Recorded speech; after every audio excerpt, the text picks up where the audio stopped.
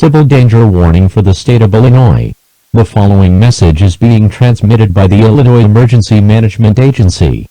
An animal with anomalous properties is heading west throughout central Illinois.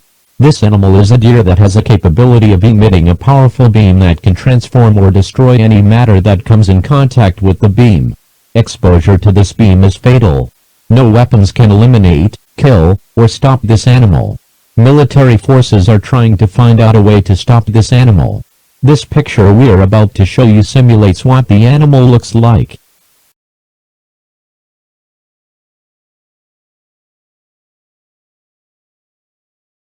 Residents in Illinois are advised to stay indoors, lock all doors and windows, turn off all lights, turn off all heating and air conditioning units, lock yourself in a room with fewer doors and windows, stay hidden, do not make any noises, make sure you have enough food, water, and medical supplies that can last you at least 3 weeks, do not go outside, cover your windows with any curtains or blinds, and do not come out until the threat is extinguished or it's safe to go out.